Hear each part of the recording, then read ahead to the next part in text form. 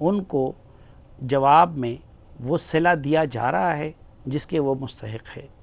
اس کا ایک نمونہ کچھ عرصہ قبل سوات پولیس کے حوالے سے ہم نے آپ کو اپنی ایک رپورٹ جو کہ محبوب علی نے تیار کی تھی اس میں دکھایا تھا۔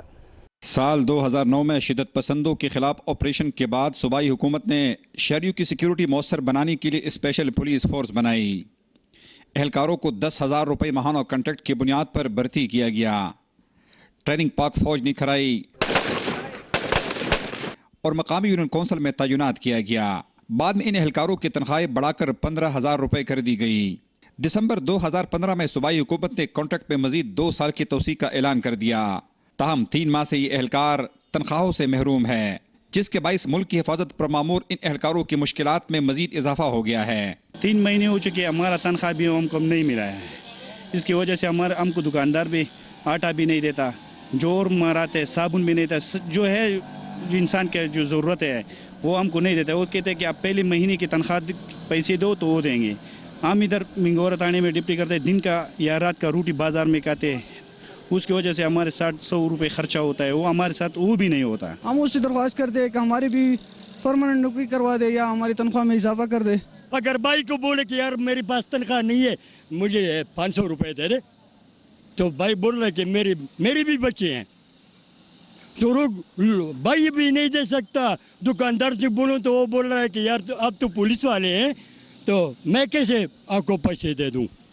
تو بات ہے کہ جناب ہم حکومت سے مطالبہ کر رہے ہیں کہ پلیز مہربانی کر کے ہم غریبوں کو شرمندہ مت کرو، اور ہمیں پلیز پھر بھی پلیز بول رہے ہیں کہ ہمارا تنخواہ دے دے۔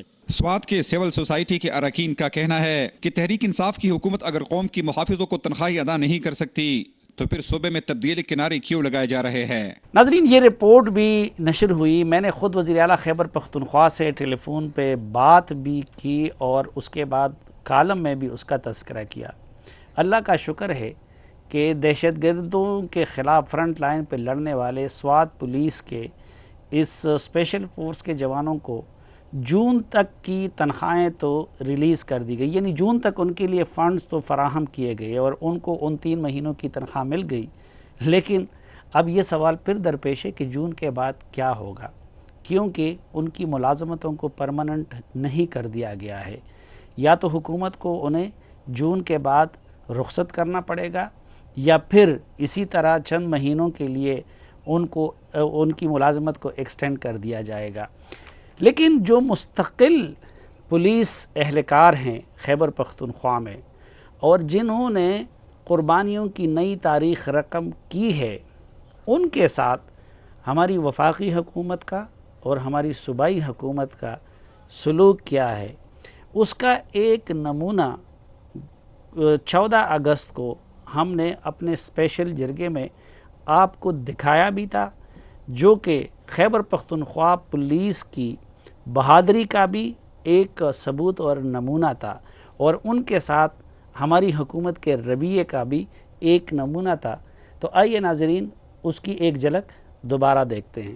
پہلا بم میرا 2001 میں جو میں نے ناکارہ کیا تھا، اور 2003 میں میں پولیس مقابلے میں زخمی ہوا تھا، اور 2007 میں خودکش میں زخمی ہوا تھا، اور مختلف اس میں میرا ایکسیڈنٹوں میں جو ہم ایمرجنسی میں جاتے ہیں، اور وہ جس طرح وہ ایمرجنسی پہ پہنچنے کے دوران بھی، ایکسیڈنٹ کے دوران بھی بہت جگہوں پہ میں زخمی ہوا، اور پھر 2012 میں ایک آئی ڈی میں زخمی ہوا، پھر 2014 میں یہ اینٹی پرسنل مائنز کلیئر کر رہا تھا تو اس میں زخمی ہوا، جس پہ میری یہ ٹانگ کٹ گئی، اور یہ ہاتھ کی انگلیاں اور یہ پورا جلد جو ابھی بھی اس میں حص نہیں ہے، پر یہ کام اور مضبوط اتنا ہی ہے کہ وہ ابھی بھی ان بموں کو ناکارہ کر سکتا ہے۔ میں اپنے قوم، اپنے ملک اور اپنے ڈپارٹمنٹ کے لیے میری یہ خواہش ہے کہ جب تک میرے جسم کے اندر یہ خون ہے اور یہ سانس چلے گی تو میں، اور یہ دل کی دھڑکن ہوگی، تو میں اپنے وطن کے لیے، اور جب تک میرے اندر جرأت ہوگی تو اپنے وطن کے لیے اسی طرح کے خطرناک کام جس پہ ہمیں دہشت گرد چیلنج کرتے ہیں، تو ان چیلنج کو میں اسی طرح قبول کروں گا اور ان چیزوں کو میں اسی طرح ناکارہ کروں گا، اور انشاءاللہ تا حیات اور شہادت کی تمنا ہے، اور مجھے اللہ پہ یقین ہے اور لوگوں کی دعاؤں سے کہ موت میری ہو. کتنے بم اور آئی ڈیز وغیرہ ابھی تک آپ ناکارہ بنا چکے ہیں اپنے ان ہاتھوں سے؟ میں ان ہاتھوں سے اب تک تقریباً 350 آئی ڈی اور 370 اینٹی پرسنل مائنس. یہ اس آئی ڈی میں خود کش گاڑیاں بھی ہیں، خود کش بھی ہیں، اور مطلب مختلف جو بارودی مواد ہوتا ہے.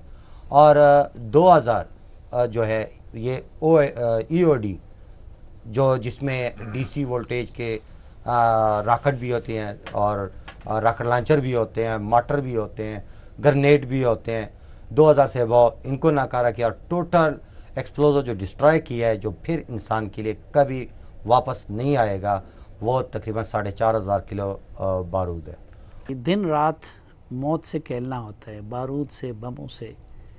کس طرح کی ایکوپمنٹس آپ کے پاس ہیں؟ جو جدید حالات ہیں اس میں سے میرے پاس کچھ نہیں ہے. 18 سال سروس میں نے کوئی ایسا نہیں دیکھا. جیسا کہ آپ جیمر کہہ دیں تو میرے پاس جیمر ہیں پر فالٹیبل ہیں، اور واٹر ڈسٹرپٹر ہے پر اس میں کارٹیج نہیں ہے.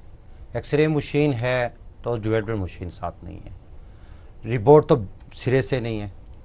گاڑی ہے جس طرح علاقہ ہے میرا اس کے مطابق نہیں ہے، کیونکہ میرے علاقے میں پہاڑ بھی آتے ہیں، میرے علاقے میں میدان بھی آتے ہیں، اور میرے علاقے میں دلدل زمین بھی ہے، کیونکہ ہم ایسی چیزوں کے پیچھے ہر جگہ ہر موسم میں ہم نکلتے ہیں اور ہم کام کرتے ہیں.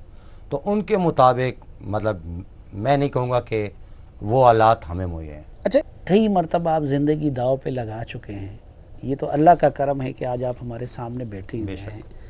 آپ کی ان قربانیوں کے صلے میں حکومت نے، پچھلی حکومت نے، اس حکومت نے آپ کے خدمات کے اعتراف میں آپ کے لیے، آپ کے بچوں کے لیے، آپ کے اہل خانہ کے لیے کچھ کیا ہے؟ نہیں، کچھ نہیں کیا.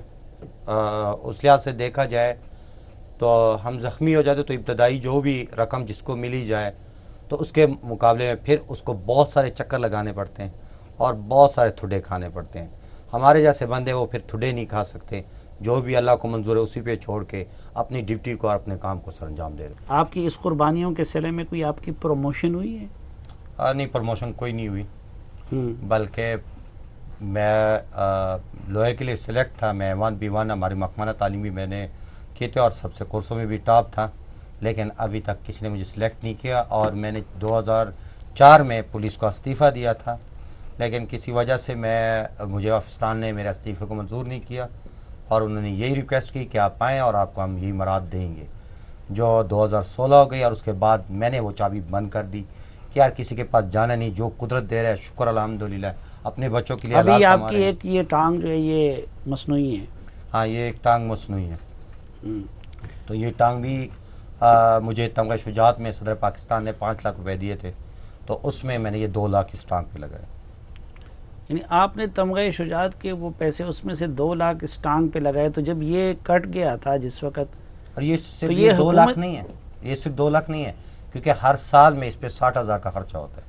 ہر سال میں اس کی جو اس میں ایک سلیکون کی ٹیوب لگتی ہے. نہیں، یعنی سرکار کی طرف سے اور محکمے کی طرف سے آپ کی ٹانگ بھی نہیں لگوائی گئی، اس پہ آپ کو خود خرچہ کرنا پڑا؟ بالکل. جو انہوں نے ٹانگ کا جو انجوائر سے کہا تھا تو وہ میرے اس فیلڈ کے قابل نہیں تھی کہ میں اس کو استعمال کروں یا وہ میرے کام میں آئے.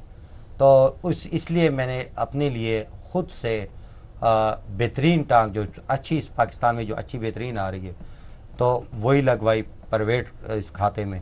اور اللہ کا شکر ہے کہ اس پہ میں ٹھیک 4 مہینے کے بعد اسی میدان میں، اسی فیلڈ میں جہاں پہ میری ٹانگ کٹی تھی اور جہاں پہ میرے ٹکڑے اڑے تھے گوشت کے، اور اسی جگہ پر جا کر میں نے پھر وہی مائن ناکارہ کیا. سن 2000 میں میرا ٹرانسفر متنی ہو گیا.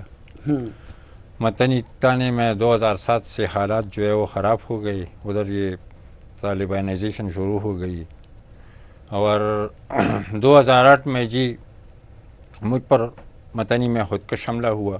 ایک خودکش کو پکڑنے کے دوران اس نے مجھے دیکھتی ہی اپنے آپ کو بلاسٹ کیا. اچھا. اللہ تعالیٰ کی فضل و کرم سے میں تو بچ گیا، لیکن ہمارے 10 بندے جو ہے وہ اس میں لگ گئی جی. 4-5 شہید ہو گئے اور 4-5 جو ہے وہ زخمی ہو گئے اور میں بالکل معجزانہ طور پر بچ گیا اس میں۔ پھر اس کے بعد 2009 میں جی مجھ پر 4-5 حملے ہوئے، دھماکے ہوئے، اس میں بھی اللہ تعالیٰ نے مجھے بالکل زندہ اور سلامت رکھا۔ پھر جی 2010 میں سربند میں حالات خراب ہوئے تو افسروں نے میرا ٹرانسفر جو ہے سربند کر دیا۔ سربند میں بھی جی مجھ پر دن میں 3 دھماکے ہوتے رہے اور بڑا دھماکہ 2014 میں مجھ پر سربند بازار میں ہوا، جو کہ خودکش نے اپنے ساتھ 4 مارٹر گولے باندھ رکھے تھے اور 14 کلو بارود اپنے بدن کے ساتھ پیوست کر رہے تھے۔ اس نے میری گاڑی کے نیچے بیٹھ کے اپنے آپ کو بلاسٹ کیا، لیکن اللہ تعالیٰ کی فضل و کرم سے مجھ پر ایک خراش بھی نہیں گیا۔ میں معجزانہ تھا اور مجھے پتہ بھی نہیں تھا کہ میں بختربند سے کس طرح نکلا اور کس طرح نہیں۔ اور جب میں نیچے نکلا تو ساری لاشیں تھی جی، تقریباً 100 بندے اس دھماکے میں جی لگ گئے تھے۔ پھر اس کے بعد جی میرا ٹرانسفر پھر 2012 میں متنی دوبارہ کر دیا گیا۔ دوبارہ جی اس رات کے وقت میں گشت پہ تھا کہ طالبانوں نے مجھے زندہ پکڑنے کی کوشش کی اور تقریباً 5 کلومیٹر میں ناکہ بندی کی گئی تھی میرے زندہ پکڑنے کے لیے۔ جیسا ہی میں ان مقام تک پہنچا تو 40-45 بندے ایک دم روڈ پر آ گئے اور آتی ہی ہم نے اس پر فائرنگ شروع کر دیا اور دیکھتی 20-25 بندوں کو ہم نے ان لوگوں سے مارا۔ فائرنگ میں بھی سخت لگ گیا، 3 گولی میری سر میں لگی، 11 گولی میری پاؤں پہ لگی۔ دوسرے دن میں ہوش میں گیا اور تاحال اب بھی آپ کے سامنے بیٹھا ہوں۔ تقریباً مجھ پر 100 سے زیادہ حملے ہوئے ہیں، اس میں خودکشی بھی ہے، اس میں سادہ دھماکی ہے۔ ان لوگوں نے میرے 100 سے زیادہ دھماکی جی، میرے ساتھ ان کی پیار بھی ہے، سب کچھ ہے جی۔ اس کے علاوہ تقریباً 15-20 بار انہوں نے میری گاڑی کو راکٹ سے مارا ہے، میزائل سے مارا ہے۔ میرے رہنے کی کمرہ کو ان لوگوں نے میزائل پہ ہٹ کیا ہے، اس میں بھی مجھے اللہ تعالیٰ نے بالکل معجزانہ طور پر بچ کیا ہے۔ اس وقت میں کمرے سے نیچے تھا جو دھماکہ ہو گیا۔ حکومت کی طرف سے کبھی کوئی اپریسیشن کسی بھی مدد کی صورت میں کسی اور انداز میں کی گئی ہے؟ بس کی گئی ہے جی، بس تھوڑا بس۔ تھوڑا نہیں، آپ تو خوددار آدمی ہیں، اس لیے جو ہے تھوڑے پہ وہ قناعت کر رہے۔ کیا کیا گیا ہے ابھی تک آپ کے بچوں کے لیے، آپ کے لیے؟ بچوں کے لیے تو کچھ بھی نہیں کیا، البتہ جو لگ گیا تھا اس کا علاج معالجہ میں افسروں نے ہمارے ساتھ امداد کیا۔ 2010 کا واقعہ ہے، شہید صفت غیور صاحب نے آپریشن کیا تھا 10 دنوں کا ملیٹنٹس کے خلاف، اور ان دنوں ہمیں جوائن کیے ہوئے مہینہ بھی نہیں ہوا تھا، کیونکہ اس وقت law and order situation red zone میں چل رہی تھی، تو اتنا ٹائم کسی کے پاس نہیں تھا کہ وہ ہمیں ویل ٹرین کرتے اور پھر وہ ہمیں کچھ بتاتے۔ تو جب وہ ہمیں ڈیوٹیز پر بھجواتے تھے، 10 دن کے آپریشن پر ہم خود گئے ان کے ساتھ متنی، ان دنوں میں انہوں نے ہمارے سامنے کافی خودکش حملہ آور پکڑے، جن میں سے 12 سال کا بھی ایک تھا، ایک 14 سال کا بھی تھا اسی آپریشن کے دوران۔ اور پھر رات کے وقت اسی ایریا میں اوپر مورچے پر ان کی ایک لانگ مشین گن لگی ہوئی تھی۔ رات کے 12:30 بجے کا ٹائم تھا، ہم لوگ گئے اوپر، کیونکہ ہم لوگ ڈیلی رات کو وہاں فائرنگ کرتے تھے، کیونکہ وہاں پہ سب ملیٹنٹس موجود تھے، اور ان کو ہم لوگوں نے بتانا ہوتا تھا کہ we are not sleeping, we are still awake over here. تو اس کے لیے انہوں نے کہا ہم نے تھوڑا سا ان کو شو آف کرنا ہے کہ ہم جاگ رہے ہیں، تو آپ کرو گی؟ میں نے کہا کروں گی۔ رات کے 12:30 بجے ہم اوپر گئے تو مجھے کہتے ہیں یہ ڈبل ٹریگر ہے، یہ سنگل ٹریگر نہیں ہے، سوچ لو۔ میں نے کہا آئی ول گو اہیڈ۔ جب میں گئی تو میں نے کیا تو مجھے کہتے ہیں خدا کا واسطہ ہے ان کا علاقہ ختم مت کرو، میں نے صرف ان کو جگانے کے لیے کہا تھا، ان کا علاقہ اڑانے کے لیے نہیں کہا تھا، بس کر دو۔ اور it was my first experience, it was amazing, اور اس کے بعد سے ایک کریز ہو گیا تھا کہ نہیں میں نے آگے جانا ہے۔ ناظرین ہمارے ساتھ رہیے، ایک مختصر سی بریک کے بعد واپس آتے ہیں۔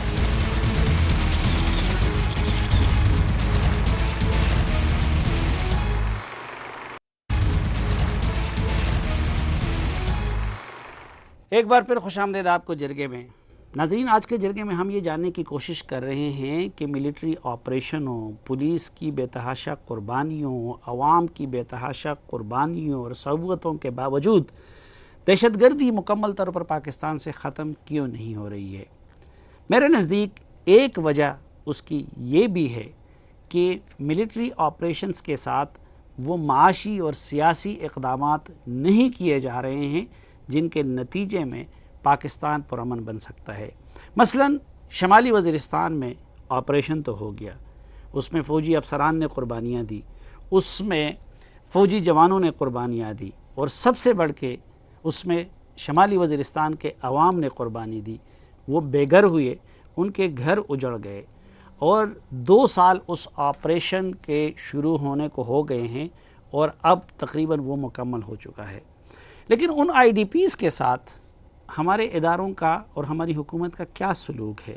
وائس آف امریکہ سے تعلق رکھنے والے ایک صحافی نے پتہ نہیں کس طرح وہاں تک اپنے پہنچ کو یقینی بنایا۔ دویم کال نه څه د بره موده به دې کیمپونو کې پوره شوه چې د کډوالۍ ژوند کې لوغړېږي. تر اوسه د دې حالت ته چا څونه توجه را وګرځوله او د دې ژوند دلته څنګه تېرېږي او د واپسۍ څه امید شته دی که نشته دی؟ مشره ستا نوم څه دی؟ زما نوم کرامت خان ده. کرامت خان کاکا د څونه وخت نه په دې کیمپ کې میشته یې؟ تقریبا د میږ څه کم 2.5 کوله پیره کېږي چې دې کیمپ ته راغلي په دې ګرمۍ شی پرته یي او دغه د شی میشته نه د سکو کې به میلاویږي، دا د شی نه میشته سبزی میلاویږي چې بیا میلاویږي نه په دوګنه کې ماته ته میلاویږي. دې نه بعد رشن میشته میلاویږي چې ما د خدا سره رشنه ته میلاویږي چې پاغه به زناور نه وخوري پاشه چې ما دو چمجي ممجي شوي وي هغه په پرویزي میش چناوي چې ما دو خو هغه زناور یا نشي خړلای دا سه رشن میشته میلاویږي.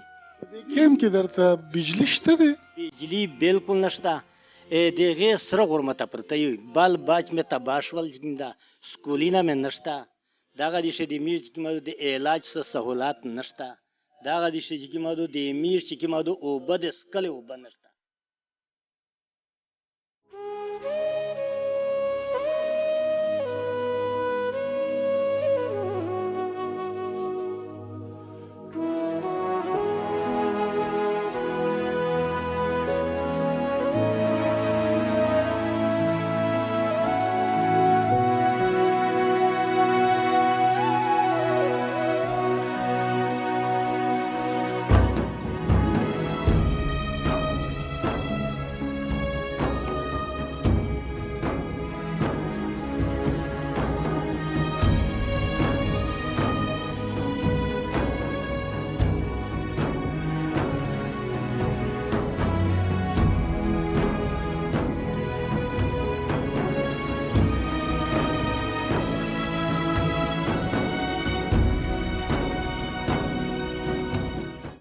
ناظرین ایک مختصر سی بریک لیتے ہیں اور جب واپس آئیں گے تو افغان امور کے ماہر جناب رحیم اللہ یوسف زئی صاحب ہمارے ساتھ ہوں گے. ان سے ہم یہ جاننے کی کوشش کریں گے کہ اتنے سارے حکومتی اقدامات، اتنے سارے ملٹری آپریشنز اور اتنی ساری قربانیوں کے باوجود پاکستان میں دہشت گردی مکمل طور پر ختم کیوں نہیں ہو رہی ہے. ہمارے ساتھ رہیے، ایک مختصر سے وقفے کے بعد واپس آتے ہیں.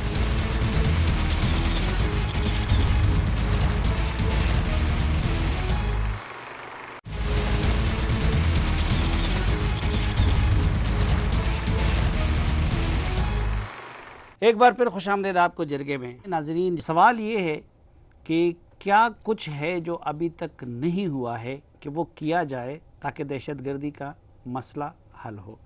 یہ سوال ہم نے رکھا سینئر صحافی جناب رحیم اللہ یوسف زئی صاحب کے سامنے. رحیم اللہ صاحب، یہ بات کس حد تک درست ہے کہ جب تک افغانستان میں امن نہیں آتا، فاٹا اور پختونخوا میں امن نہیں آ سکتا، اور جب تک وہاں امن نہ ہو پاکستان میں امن نہیں آ سکتا؟ لیکن آپس میں ان کا کچھ نہ کچھ لنکیج تو ہے، کیونکہ یہ بارڈر بہت لمبی ہے اور بہت آسان ہے اس کو عبور کرنا. ابھی یہ جو کہہ رہے ہیں کہ 18 تورخم کی طرح ہم لوگ چیک پوائنٹس بنائیں گے، بارڈر مینجمنٹ کریں گے، پتہ نہیں یہ کام کب مکمل ہوگا اور کیا اس سے یہ مسئلہ حل ہو جائے گا؟ کیونکہ یہ تو 18 مقامات پر آپ روک لیں گے، بارڈر کو محفوظ بنائیں گے، آمد و رفت کو کنٹرول کریں گے، لیکن اور بھی تو جگہیں ہیں جو اس کو ہم کہتے ہیں. بارڈر اگر مکمل سیکیور ہو جائے اور بارڈر مینجمنٹ ہو جائے تو کچھ مسئلہ حل ہو جائے گا پاکستان؟ ایک حد تک. دیکھیں یہ جس طرح کہہ رہے ہیں ٹھیک ہے افغانستان سے اس کا لنکیج ہے، لیکن ایسا بھی نہیں ہے کہ صرف افغانستان کے اوپر یہ جو وہاں پہ امن آئے گا تو پھر یہاں پہ امن آئے گا، میرے خیال میں کچھ اس کو زیادہ ہم لوگ ایمفیسائز کرتے ہیں، زیادہ اس کے اوپر زور دیتے ہیں۔ ہمیں تو اپنے حد تک بھی کافی کام کرنا ہے۔ پاکستان کے اندر نیشنل ایکشن پلان ہے، اس میں جو خامیاں ہیں، کمیاں ہیں، اس کو دور کرنا ہے۔ پھر یہ ہے کہ جو ہمارے ہاں ایک پورا معاشرہ، سیاسی لیڈرشپ، فوجی لیڈرشپ، ہم کہتے تو ہیں کہ ایک پیج کے اوپر ہے، لیکن وہ شاید ایسا نہیں ہے ہر معاملے میں۔ پھر جو آئی ڈی پیز کا مسئلہ ہے ان کو بھی، اس میں بعد میں آتا ہوں صاحب، ایران بھی افغانستان کا پڑوسی ہے، اس کا بھی پورا بارڈر سیل نہیں ہے، تاجکستان کا بھی پورا بارڈر سیل نہیں ہے، تو نہ تو تاجکستان میں وہ حالت ہے جو پاکستان میں ہے، نہ ایران میں وہ حالت ہے جو پاکستان میں ہے۔ تو اس تناظر میں دیکھا جائے تو کیا یہ افغانستان کو ہم کوئی خواہ ایک ایکسکیوز نہیں بنا رہے؟ تو کہ ایکسکیوز تو میرے خیال میں اس لیے بھی بنا رہے ہیں کہ شاید حکومت چاہتی ہے کہ وہ ذمہ داری پوری طرح قبول نہ کرے اور یہ کہے کہ جی اس میں ایک بیرونی عنصر بھی ہے اور وہاں سے حملے ہوتے ہیں یا وہاں پہ لوگوں کو پناہ ملی ہے یا وہاں پہ خفیہ ادارے جو ہیں افغانستان کے یا انڈیا کے ان کا اس میں ہاتھ ہے۔ تاجکستان میں تو کبھی بھی ایسا نہیں ہوا کہ افغان مجاہدین یا طالبان کو پناہ ملی ہو اور وہاں سے انہوں نے حملے کیے ہوں۔ افغان مہاجر بھی بہت کم تاجکستان کے ہیں، تو میں تاجکستان تو بالکل اس سے تو ہمارا کوئی کمپیریزن نہیں۔ ایران میں البتہ افغان مہاجرین کو پناہ دی 1 ملین سے اوپر، اور یہ جو افغان مجاہدین تھے تو ان کو بھی پناہ ملی تھی اس وقت، اور جو اہل تشیع کے گروپ میں خاص طور پہ وہ تھا ایک مسئلہ، لیکن میرے خیال میں اس طرح ان کو کھلی چھوٹ نہیں دی گئی جس طرح پاکستان میں ان کو ملی۔ افغانستان کے اس الزام میں کس حد تک وزن ہے کہ افغان طالبان کے ٹھکانے پاکستان میں ہیں؟ دیکھیں اس میں کافی صداقت ہے، اور اس کا ثبوت یہ ہے کہ کچھ افغان طالبان ہمارے ہاں گرفتار ہوئے، اس کو پاکستان نے امریکہ کے حوالے کیا اور یا افغان حکومت کے بھی حوالے کیا، 5-6 لوگوں کو اس طرح حوالے کیا گیا تھا۔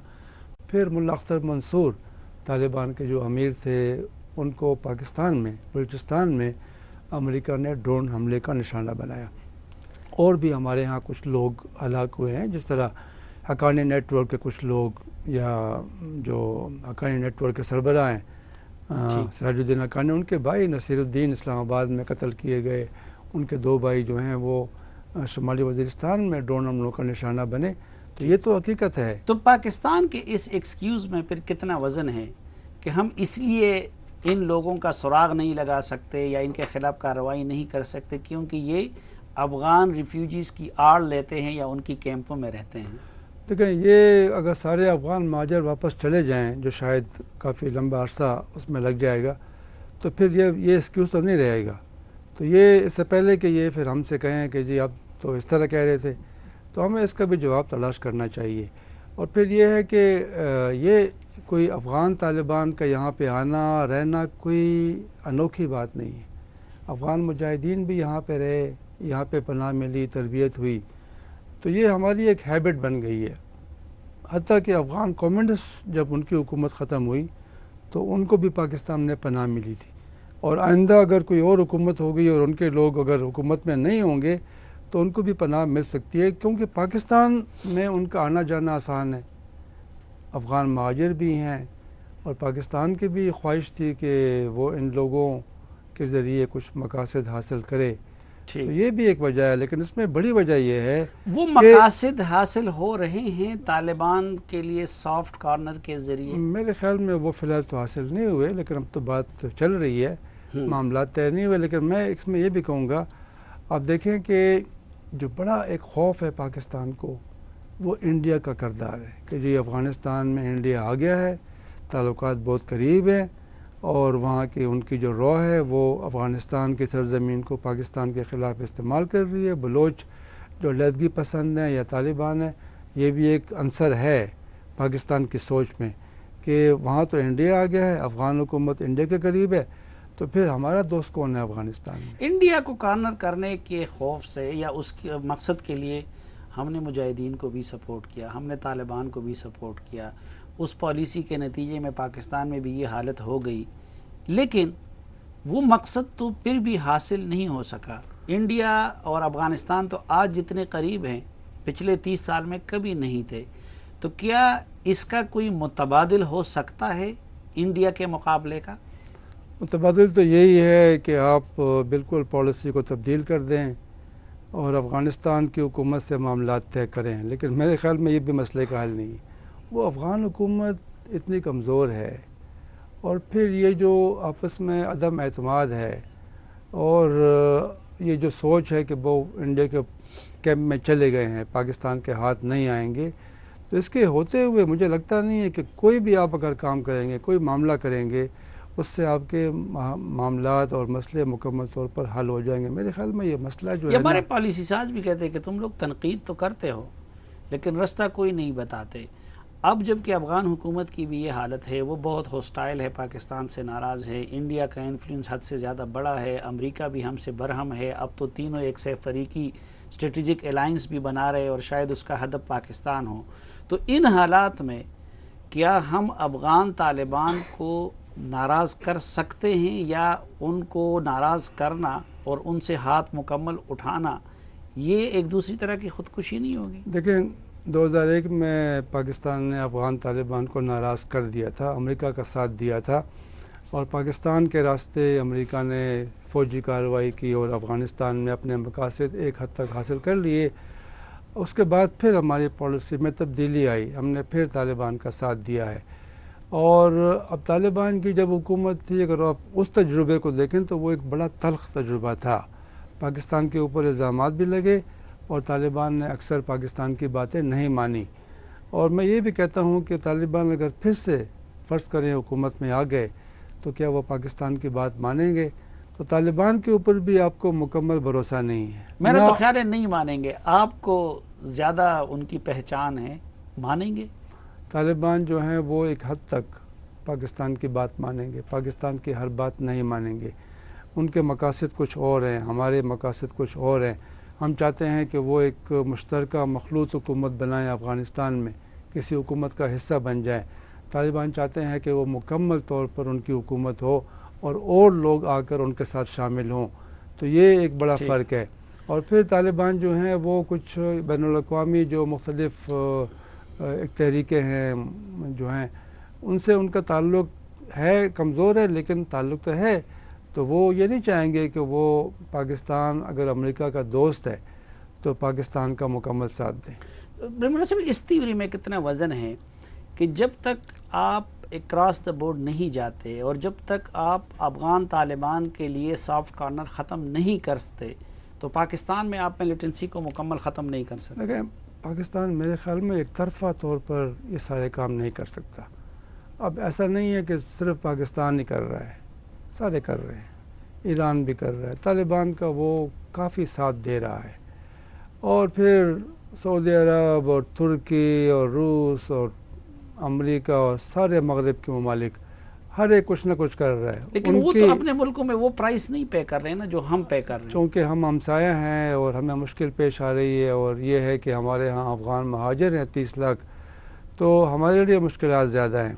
لیکن یہ ہے کہ آپ یک طرفہ طور پر کبھی بھی یہ کام نہیں کر سکتے کہ ہم کہیں کہ ٹھیک ہے طالبان کو نکال دیں اور ان سے کہیں کہ بھائی آپ جا کے وہاں لڑیں، ہمارے لیے مسئلے پیدا نہ کریں۔ یہ تو ایک آئیڈیل قسم کا حل ہوگا۔ مجھے 5 سٹیپس بتا دیجئے کہ وہ حکومت کرے کہ جس کے نتیجے میں پاکستان ایک بار پھر 30 سال پہلے والا پاکستان بن جائے۔ ایک تو یہ ہے کہ میرے خیال میں عوام کو اعتماد میں لیں، ہر فیصلے میں کوئی اصلاحات کرنی ہے، فاٹا میں کرنی ہے، مدارس میں کرنی ہے، تو جو سٹیک ہولڈرز ہیں ان کو ساتھ لے کے چلنا چاہیے تاکہ عوام کی حمایت رہے ان پالیسیز کے لیے ضروری ہے۔ پھر یہ ہے کہ دیکھیں میں اکثر کہتا ہوں کہ آپ فوجی کارروائی کرتے ہیں، آپ نے سب کو ایک سرخ لکیر لگا دی ہے کہ بھائی اس سے کوئی بات نہیں کرنی، یہ ملیٹنٹ ٹیررسٹ، یہ ایسے بھی لوگ ان میں ہوں گے، میرے خیال میں ہیں، کہ ان کے لیے واپسی کا راستہ ہونا چاہیے۔ یعنی ان کو اگر ایسے سنگین جرائم میں ملوث نہ ہوں، عام لوگوں مجبوراً گئے ہیں، غلطی سے گئے ہیں، ان کے لیے واپسی کا راستہ ہونا چاہیے، ان کو عام معافی ملنی چاہیے، یہ بہت ضروری ہے۔ پھر یہ ہے کہ جو لوگ واقعی ریڈیکلائز ہو گئے ہیں مختلف علاقوں میں، فاٹا میں یا سوات میں یا کہیں اور، تو ان کے لیے ڈی ریڈیکلائزیشن کا ایک پروگرام بڑے پیمانے پر ہونا چاہیے۔ فوج نے کیا ہے لیکن چھوٹے پیمانے پر، یہ بھی ضروری ہے۔ اور پھر یہ ہے کہ یہ جو چھوٹے صوبے ہیں، فاٹا ہے، ان کی بڑی شکایتیں ہیں، ان کے مسائل ہیں، بلوچستان ہے، گلگت بلتستان ہے، سارے جو ہمارے ایون جنوبی پنجاب ہے، بالکل یہ جو پسماندہ علاقے ہیں جو پیچھے رہ گئے ہیں، جہاں پہ سمجھ لیں کہ مختلف قومیتیں ہیں، ان کی جو مسائل ہیں اس کے اوپر توجہ دینے کی ضرورت ہے. یہ بہت ضروری ہے کیونکہ جب وہ ناخوش ہوں گے تو ممکن ہے ان میں سے کچھ لوگ غیر ملکیوں کے ہاتھ میں کھیلیں، ان کے ہاتھ میں چلے جائیں. یہ بہت ضروری ہے. پھر یہ ہے کہ یہ جو ہمارے ہمسایہ ممالک ہیں تو آپ ہمسائے تبدیل نہیں کر سکتے، ظاہر ہے. تو یہ ہمسائے جو ہیں، چاہے وہ ایران ہے، افغانستان ہے، یا حتیٰ کہ انڈیا بھی ہے، ان سے بالآخر تعلقات بہتر بنانے ہوں گے. یعنی بہت ضروری ہے، ان کے لیے بھی ضروری ہے لیکن ہمارے لیے بہت ضروری ہے. رحیم اللہ یوسف زئی صاحب کے ایک بار پھر شکریہ کے ساتھ اس جرگے سے اجازت چاہتا ہوں. اللہ حافظ.